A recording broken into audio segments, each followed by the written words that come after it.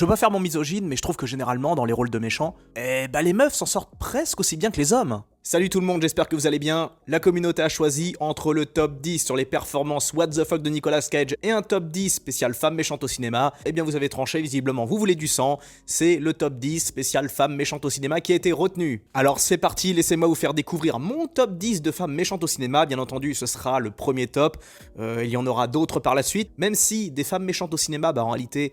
il y en a assez peu quand on fait le calcul, du moins par rapport aux hommes, donc je pense que je ferai au maximum 2 voire 3 top 10. En tout cas, celui que je vous ai concocté, je le trouve pas mal, n'hésitez pas à me donner votre avis là aussi, dans les commentaires, allez, let's go.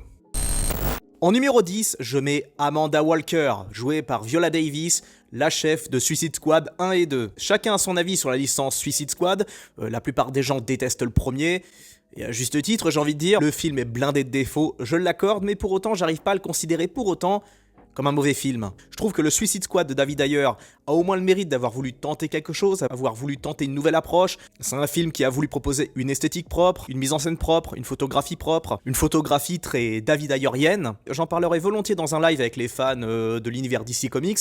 Pour autant, je peux comprendre que la plupart des gens aient détesté ce film parce que, même encore aujourd'hui, je trouve que le film n'est pas plus appréciable. J'ai pensé un petit peu au moment de sa sortie que ce film aurait un peu une sorte de succès en différé, mais finalement, je m'aperçois que, face à la concurrence, face à ce qui sort, il n'a aucune chance de vieillir comme du bon vin en quelque sorte, et surtout Suicide Squad 2 a définitivement enterré le premier volet, parce que là faut reconnaître, même si Suicide Squad a quelques petites qualités, il se fait littéralement goût max par Suicide Squad 2, qui est excellent. Et pour ceux qui sont pas fans de films de super-héros, je suis de votre avis, moi aussi les films de super-héros généralement ça me gonfle, quand ça manque de maturité, quand ça manque de violence, quand ça manque de réalisme, ça matche pas chez moi. Mais je dois reconnaître que le style énergique, fun, hyper brutal, et vraiment très personnel de James Gunn, j'avoue que j'ai matché direct. En tout cas, le personnage d'Amanda Walker, est-ce qu'il mérite réellement d'entrer dans un top 10 de femmes méchantes ?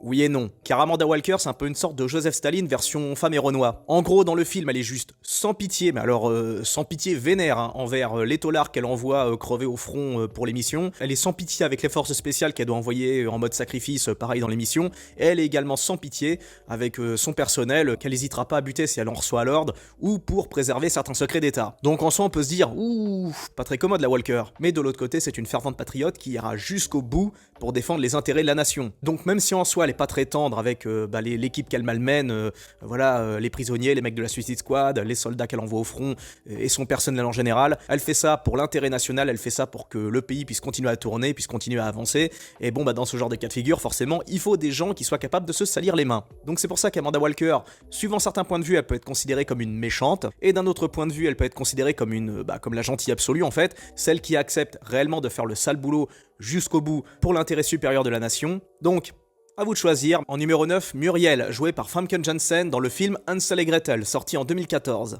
Alors quand j'ai vu ce film, je m'attendais à rien, je m'attendais à un film d'action typique, un peu horrifique, avec des créatures semi-magiques et démoniaques, un petit peu à la manière des frères Grimm de Terry Gilliam avec le regretté Heath Ledger et Matt Damon. Mais en réalité, c'était pas du tout ça. C'est un film assez drôle, certes, drôle par moment, mais c'est aussi un film très sombre et très violent. Vous avez des mecs qui se font arracher la tête, des gars qui se font écarteler, des mecs qui se font embrocher vivants. Même si c'est fun par moment, c'est vénère, c'est hardcore. Et le personnage de Muriel, la sorcière incarnée par Famke Janssen, parce que oui, c'est un film avec des sorcières, des trucs démoniaques, etc. Mais c'est surtout des sorcières qui foutent le dawa là où habite Hansel et Gretel. Bon, je sais pas si vous avez lu le livre original Hansel et Gretel des frères Grimm. Naturellement, cette adaptation est une adaptation légèrement exagérée du conte d'origine. Là, Hansel et Gretel ne sont plus des enfants, mais des adultes bien déter à exterminer toutes les sorcières qu'ils croisent. Et le film est sacrément cool. Je comprends pas d'ailleurs qu'il ait été oublié comme ça. C'est loin d'être un nanar, c'est loin d'être un navet, c'est un bon divertissement bien fun. Je vous le recommande si vous aimez bien les films d'action bien dynamiques, bien faits, avec des bons effets spéciaux, bien bourrins, bien trash, et qui surfent un petit peu avec l'imaginaire européen du 18 ou 19e siècle. Et si je mets le rôle de Famke Janssen, de Muriel, dans ce top, c'est parce qu'il faut noter que les femmes, très généralement, sont très douées dans les rôles de sorcières. Et des sorcières dans le monde du cinéma, on en a eu des tonnes. Alors je veux pas faire mon puriste, mais moi ma sorcière préférée, c'est la sorcière du magicien d'Oz, le film de 1939. On se rend pas compte, mais les vieux films, les films d'époque des années 30, 40, ont pas si mal vieilli par certains aspects. Surtout si vous les regardez en version originale. En général, ce qui fait vieillir un film, c'est sa version française, sa version traduite. En version originale, généralement, ça traverse mieux les années. En tout cas, pour un film de 1939, même si le maquillage, est à des années-lumière de ce qu'on sait faire aujourd'hui, même si les effets spéciaux ont pris un petit coup de vieux, quand bien même, là aussi, ça reste encore à relativiser parce que pour l'époque, je trouvais ça quand même assez impressionnant parce que c'est un peu tourné à la manière d'une sorte de giga pièce de théâtre. Je trouve que ça rend super bien. Et la sorcière d'Oz, je la trouve juste terrifiante. Enfin, en me mettant dans le mindset d'un gosse de 10 ans qui découvrirait ce film. Mais bon, ça parlera pas aux nouvelles générations, ça parlera qu'aux cinéphiles un peu puristes. Donc c'est pour ça que je préférais mettre Muriel dans ce top. En numéro 8, là, attention, on part au pays du soleil levant, ou enfin le Japon, quoi. Pays du soleil levant, c'est quoi d'ailleurs? C'est Chine ou Japon? Dites-moi dans les commentaires. Gogo Yubari, joué par Chiaki Kuriyawa dans Kill Bill 1 et 2. J'ai remarqué que très généralement dans les listes des plus grandes méchantes du cinéma, on ressort souvent le personnage de la magnifique Daryl Hannah dans la licence Kill Bill. Mais j'estime que le personnage de la petite japonaise, là, avec sa petite jupe d'écolière, ses chaussettes montantes, son petit uniforme typique voilà, des écoles du Japon, cette meuf, je la trouvais hyper vicieuse. Et bien sûr, je retiens son fight avec Uma Thurman. Cette scène, elle a une vingtaine d'années, pourtant elle a pas pris une ride, elle est toujours aussi bien faite. Et pourtant, je suis pas un fan de Kill Bill à la base. Mais cette scène, le passage où Uma Thurman se bat contre cette meuf, katana versus, je sais pas trop ce que c'est, une chaîne avec une boule au bout, c'est super bien fait, c'est super violent, c'est une super belle chorégraphie. Et en tout cas, tout au long du film, donc on voit cette petite nana assassiner, faire ses bails. Et ce qui est d'autant plus vicieux, c'est que par rapport au personnage de Daryl Hannah, qui elle, malgré sa beauté, affiche réellement une teuté de méchante, et bien ce personnage-là affiche quelque chose de, on sait pas trop. On est un peu paumé, et c'est ça justement qui rend le personnage flippant et hyper réussi. En numéro 7, comme on a parlé d'un film de Tarantino, il faut qu'on parle un petit peu d'un film de son meilleur pote Robert Rodriguez. Si vous êtes familier de ces deux noms-là et que vous savez que je vais parler d'une méchante, vous allez forcément savoir à peu près de qui je veux parler. Et oui, Satanico Pandemonium, incarné par Salma Hayek dans l'excellent Une nuit en enfer. J'aimerais vous parler en détail de ce personnage, même si sa présence est assez courte dans le film. On la voit combien de temps? À peu près 5-6 minutes à tout péter. Tout ce que vous avez à savoir, c'est que son personnage est super cool, super hot, super sexy, et super dangereuse, mais ça, je ne dirai rien, je ne spoilerai pas un gramme de ce chef-d'œuvre de l'horreur. Donc je ne vous dirai pas pourquoi ce personnage fait partie de ce top, je vous laisse découvrir ce film si vous ne l'avez pas encore vu. Pour la nouvelle génération, le film risque d'avoir un petit peu vieilli, mais en soi, c'est pas si marquant que ça. Je note que la version française est pour cette fois excellente. Très bon doublage du côté de George Clooney, très bon doublage du côté de Tarantino. D'ailleurs, George Clooney, c'est peut-être, je crois, le seul film où on le voit vraiment jouer un méchant, et il est hyper convaincant dans ce rôle, alors que c'était un de ses premiers rôles au cinéma. En tout cas, je ne spoile rien. Dans les commentaires, évitez de spoiler également pour les nouveaux qui découvriraient cette merveille de l'horreur. Laissez-leur découvrir pourquoi je ne dis rien. En tout cas, je pense que vous ne serez pas déçus, et surtout, évitez de montrer ce truc aux gosses.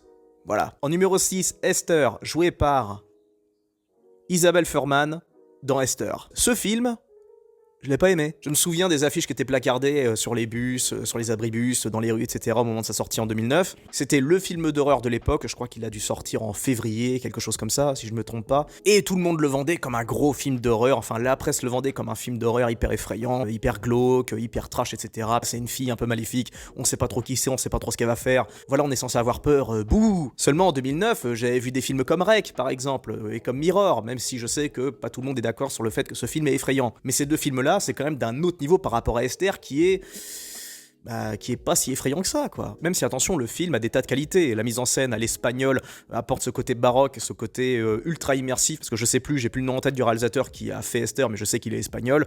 Il y a eu une mode où pas mal de réalisateurs espagnols et mexicains sont partis aux États-Unis pour produire d'excellents films d'horreur. Ce film est bon, attention, je le redis, moi je n'ai pas aimé juste parce que je m'attendais à quelque chose de vraiment effrayant, quoi. Et c'était pas tant le cas. Il y a quelques scare jumps, bien évidemment, c'est même assez efficace par moment. Le twist final est très bon, d'ailleurs je ne spoilerai pas. Pour autant, le film ne m'a pas forcément plu, mais je dois souligner la prestance, voilà, le rôle incarné par la gamine, par Esther, un rôle qui est à la fois aussi effrayant que touchant. Ça par contre on s'en rend compte un peu vers la fin. Bon là par contre vous comprendrez pourquoi je dis ça quand vous aurez vu le film en entier, quand vous aurez vu la fin. J'en dis pas plus. En tout cas, Esther méritait carrément sa place dans ce top parce que, quoi qu'on puisse dire d'elle, faut pas la faire chier. En numéro 5, le personnage d'Asami, joué par, excusez-moi, Eihi Shira, dans le film Audition. Alors encore une japonaise vicieuse, ce film je l'ai découvert, il me semble il y a une dizaine d'années, c'était à mon époque, ou avec un pote, avec Antoine d'ailleurs, je te salue Coco si jamais tu regardes cette vidéo, hein. C'était une époque où on avait déjà bouffé pas mal de films, et on voulait se tourner vers d'autres horizons, et beaucoup nous recommandaient les films d'horreur japonais, et on avait cherché les plus violents de tous, il y en avait un, je me souviens plus du titre, je crois que c'est même d'ailleurs le même réalisateur d'Audition, enfin je vais pas vous dire de conneries mais j'ai oublié le nom, en tout cas il était bien tordu par certains aspects, j'en parlerai peut-être dans un top 10 spécial film trash, et on nous avait vendu également Audition comme un puissant film d'horreur hyper trash également. Si je me rappelle bien, je crois que le film est interdit aux moins de 18 ans, c'est dire. Alors le film est gore et trash, mais attention, c'est du gore et du trash à la japonaise. Donc c'est un mix subtil entre du gore, un gore qui est assez suggéré, mais là où le film fait assez fort, c'est au niveau du psychologique. En gros, il y a une scène où la meuf, Asami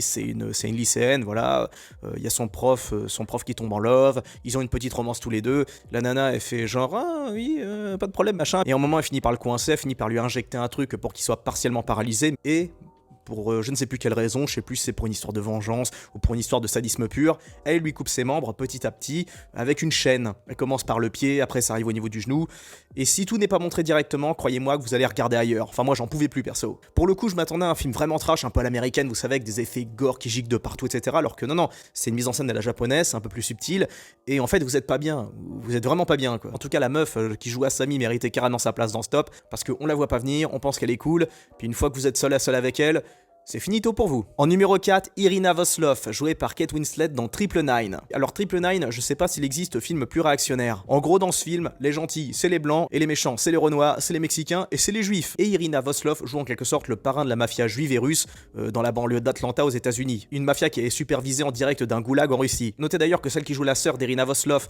dans Triple Nine est incarnée par Gal Gadot. Le film est sorti en 2015 dans l'indifférent général, le film est plutôt bon, il n'est pas inoubliable, mais par contre c'est un film très immersif, les scènes d'action sont très réussies. Au niveau esthétique, c'est très propre, c'est très léché. Le réalisateur, c'est John Hillcoat, le mec qui a fait La Route. Bon, déjà, ça annonce la couleur. Et également Des Hommes sans loi avec Tom Hardy et Jessica Chastain. Et le personnage d'Irina Voslov, c'est peut-être un des personnages les plus radicaux que j'ai pu voir dans un film d'action où une femme incarne une méchante. En soi, elle n'est pas vicieuse, c'est pas une sadique, mais par contre, elle fait bien le boulot, quoi. Quand elle veut passer un message, elle y va à fond, et c'est pas drôle du tout, hein. En tout cas, Kate Winslet joue parfaitement bien son personnage, elle est hyper froide comme la mort. Elle aussi, si jamais vous la croisez, faites demi-tour et courez très vite. En numéro 3, Mama, jouée par Lena Headey dans l'excellent film Dredd. Je sais pas si vous êtes au courant, mais Dredd, c'est pas juste un remake du film Juge Dredd avec Sylvester Stallone, qui vous a fait rêver dans les années 90. À la base, Dredd, c'est un comics books, assez violent d'ailleurs. Et le film Dredd, pour moi, est une des meilleures adaptations de comics de ces dernières années. Ses points forts, c'est son dynamisme, son esthétisme, et surtout sa musique. Enfin, il y a un très bon mix entre musique et esthétisme, parce que vous verrez qu'il y a des tas de scènes qui sont absolument, qui sont à tomber par terre, notamment les scènes où les junkies s'injectent la drogue, une drogue qui ralentit le temps. Il y a des tas de choses dont je pourrais parler de ce film, ça mériterait une vidéo entière. En tout cas, le personnage de Mama, joué par Lena Headey, celle qui a joué la princesse Cersei, elle est effrayante de radicalité. Là, on a vraiment affaire à un personnage vicieux, sans pitié, qui gère toute une équipe de dealers. C'est une ancienne prostituée, on apprend ça dans le film. Voilà, une meuf qui a connu la rue, qui a connu le trottoir, qui s'est fait à moitié balafrer par son Mac. C'est une nana qu'on a vue, qui a vu des tas d'horreurs, et qui n'hésitera pas à faire massacrer des bataillons d'innocents ou d'hommes de main, juste pour pouvoir aboutir à ses fins. En tout cas, la prestation de Lena Headey nous rappelle que quand on veut faire un bon film avec des héros ou des super-héros, il faut que de l'autre côté, les personnages de méchants soient tout aussi réussis. Même si par moments, on se demande si le juge Dredd est pas aussi radical et méchant que le personnage de Mama. En tout cas, si vous n'avez pas vu cette merveille, je vous recommande de le faire tout de suite, vous n'allez pas le regretter. En numéro 2 de cette liste, Amy Dunn, jouée par Rosamund Pike dans le film Gone Girl. Très souvent, quand on note sur internet qu'elle est la plus grande méchante du cinéma de ces dernières années, etc., c'est souvent le personnage d'Amy Dunn qui ressort, parce que calculatrice, radicale, psychopathe, il y a du vrai là-dedans, mais là où il y a une certaine subtilité, c'est que le personnage d'Amy Dunn, là je vais pas spoiler bien sûr pour ceux qui n'ont pas découvert le film, son personnage n'aurait pas sombré dans une radicalité aussi extrême si le personnage de Nick Dunn, son mari, n'avait pas été un connard tout simplement. Parce que ok, je veux bien reconnaître que ce qu'elle fait à un moment dans le film, c'est pas très cool. Mais il faut comprendre que si elle en est arrivée là, c'est parce que son mec l'a délaissée pendant des années. Il faut comprendre que le personnage d'Amy Dunn, c'est un personnage très intelligent, qui a une grosse capacité de travail, qui est issu d'une classe sociale assez aisée, et elle tombe en love d'une espèce de semi-loser, en quelque sorte, un gars qui a réussi, on ne sait pas trop comment, mais qui, comme beaucoup, se repose sur ses acquis. Et le personnage de Nick Dunn, incarné par Ben Affleck, même si on se met à sa place, même si le film montre le film sous son angle, et c'est d'ailleurs pour ça qu'on considère que c'est lui le héros, et Amy Dunn, quelque part, la méchante, il faut reconnaître que le personnage de Nick Dunn, c'est un branleur, c'est un mec qui sert à rien. Le mec, il a quasiment 40 balais, puis on sait pas trop ce qu'il fout, il joue aux jeux vidéo, il glande sur la plage, il joue à des jeux de société avec sa sœur, et puis bien sûr, il trompe sa femme, et quand sa femme veut un bébé, en gros, il lui fait non, c'est mort, ça m'intéresse pas, donc en gros, c'est une espèce d'adolescent. Et je comprends totalement le cheminement du personnage d'Amy Dunn, qui au bout d'un moment, elle en a marre d'avoir un mec comme ça à la maison, et bah elle se venge à sa manière, d'une manière très féminine, donc c'est-à-dire d'une manière très subtile, pas d'une manière rentre-dedans comme le ferait un homme, et c'est ça justement qui rend son personnage intéressant, flippant, angoissant, mais il n'agirait pas comme un méchant si elle n'avait pas été casée avec un manipulateur paresseux comme Nick Dunn. Et si je critique aussi ouvertement le personnage de Nick Dunn et que j'excuse un petit peu le comportement d'Amy Dunn, et bah c'est parce que dans les traits de caractère du personnage de Nick Dunn, je dois reconnaître que je me reconnais un peu. En tout cas, Gone Girl, film excellent, un grand cru des années 2010. Si vous ne l'avez pas encore découvert, je vous invite à le découvrir rapidos. Et enfin, en number one, le personnage numéro 1 de cette liste, de ce top 10 des plus grandes méchantes du cinéma, Mary Shaw, incarnée par Judith Roberts dans l'excellent Dead Silence, un film réalisé par James Wan. Oui, le réalisateur de Conjuring et de Saw. Depuis tout à l'heure, on parle de personnages un petit peu réalistes, de personnages de comics, personnages inventés par des scénaristes, inspirés probablement de femmes ayant réellement existé. Mais je pense que c'était le bon moment pour glisser un personnage surnaturel. Mais là, surnaturel, pas dans le sens, voilà, une sorcière ou un truc comme ça, mais plutôt dans un fantôme, d'un esprit hyper démoniaque. J'ai découvert Dead Silence il y a environ 5 ans, et bah là aussi, j'étais pas bien du tout devant ce film. Un film d'horreur sans prétention, réalisé pour rappel par celui qui a fait Conjuring, donc c'est pas n'importe qui, sauf que là c'était son premier vrai film d'horreur, je crois qu'il est sorti un petit peu avant Saw, il me semble, ou juste après, en tout cas, il fait partie de ses premiers films. Et qu'est-ce que j'ai flippé, bon sang. En gros, l'histoire, c'est un jeune gars qui reçoit une poupée chez lui, une poupée dans une belle boîte, la poupée est quand même inquiétante, bien flippante, dans le délire vraiment de James Wan, c'est-à-dire ces personnages, vous savez, dans ce genre-là, quoi. Vous voyez à peu près de quoi je veux parler. Le mec va dehors pour acheter à bouffer, il revient, et sa pauvre fiancée a fini avec la bouche complètement ouverte, avec la langue arrachée. Il mène son enquête, va voir son père qui habite justement dans la ville d'où est originaire la poupée, et il part enquêter sur l'origine de cette poupée, sur qu'est-ce qui a pu se passer dans ce bled, complètement fantomatique, complètement déserté, et on apprend que une entité, un fantôme, aurait supprimé la quasi-intégralité du village en leur arrachant la langue. Et on apprend donc que le personnage de Mary Shaw est en réalité l'esprit d'une ventriloque qui aurait été assassinée par les habitants de ce village et qui, de l'au-delà, cherchera à se venger de la misère que les gens lui auraient infligée, étant donné qu'ils lui ont coupé la langue au rasoir. Et son délire à elle, le délire de ce fantôme, c'est vous choper par surprise, vous faire peur, et si jamais vous hurlez, elle vous arrache la langue direct. Clac, et vous êtes mort. C'est un des rares fantômes de l'histoire du cinéma à avoir été aussi effrayant parce que on sait que si on le voit, enfin indirectement on se met à la place du personnage, si vous criez, si vous hurlez, plus de langue, finito. Donc elle méritait largement sa place dans ce top. Je ne spoil pas davantage sur le film parce qu'il y a trop de choses à dire, il y a un excellent twist à la fin. Pour le coup, c'est vraiment un final qui est traumatisant. Je vous invite à découvrir ce film, je vous invite à découvrir de loin si possible le personnage de Mary Shaw. Vraiment, il va pas vous laisser indifférent, vous allez voir qu'il est effrayant. Le personnage qui joue Mary Shaw est aussi effrayant dans sa forme vivante que dans sa forme ectoplasmique. Donc voilà, je le mets en number one parce que ce film m'a terrifié, il m'a filé des cauchemars et c'est pour ça que je vous invite à le découvrir d'urgence, c'est pas encore fait. Allez, ça ira pour aujourd'hui mes loulous, je vous dis à très bientôt. Pensez à liker cette vidéo, pensez à lâcher un commentaire. Et si vous êtes nouveau sur la chaîne, pensez à vous abonner, c'est hyper important pour aider la chaîne. Allez, plein de bisous à vous toutes et à tous.